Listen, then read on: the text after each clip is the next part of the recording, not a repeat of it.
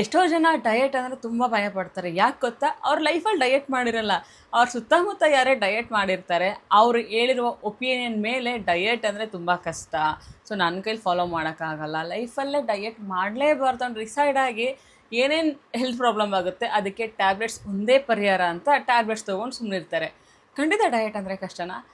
Diet ಅಂತಂದರೆ ತಪ್ಪು ಕಲ್ಪನೆ. ಊಟ ತಿಂಡಿ ಬಿಟ್ಟಿರೋದು, ಬರೀ ಲಿಕ್ವಿಡ್ ಜ್ಯೂಸ್ ಕುಡ್ಕೊಳ್ಳೋದು, ರೈಸ್ ಬಿಡೋದು, ಈ ಥರ ತಪ್ಪು ಕಲ್ಪನೆನ ತುಂಬ ಜನ ಅನ್ಕೊಬಿಟ್ಟಿದ್ದಾರೆ. ಆದರೆ ಇದು ರಾಂಗ್. ಡಯಟ್ ಅಂದರೆ ಬ್ಯಾಲೆನ್ಸ್ಡ್ ಮೀಲ್. ನಮ್ಮ ಸುತ್ತಮುತ್ತ ಸಿಗೋಂಥ ಆಹಾರದಲ್ಲಿ ನಮ್ಮ ದೇಹಕ್ಕೆ ಎಷ್ಟು ಬೇಕೋ ಅಷ್ಟು ತೊಗೊಂಡು ಊಟ ತಿಂಡಿ ಮಾಡ್ಕೊಂಡಿರೋದೇ ಡಯಟ್ ಆಗಿರುತ್ತೆ. ಜೊತೆಗೆ ವರ್ಕೌಟು ವಾಕಿಂಗ್ ಮಾಡ್ಕೊಂಡಿರೋದು. ನೀವು ಡಯಟ್ ಅಂದರೆ ಭಯ ಪಡ್ತೀರಾ? ಖಂಡಿತ ಬೇಡ.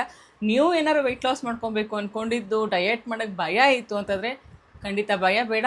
ಈ ನಂಬರಿಗೆ ಮೆಸೇಜ್ ಮಾಡಿ more details about weight loss ಅಂತ. ನಿಮಗೆ ಡಯಟ್ ಬಗ್ಗೆ ಮಾಹಿತಿನೇ ಸಿಗುತ್ತೆ, ಜೊತೆಗೆ ಡಯಟ್ ಪ್ಲಾನ್ ಸಿಗುತ್ತೆ.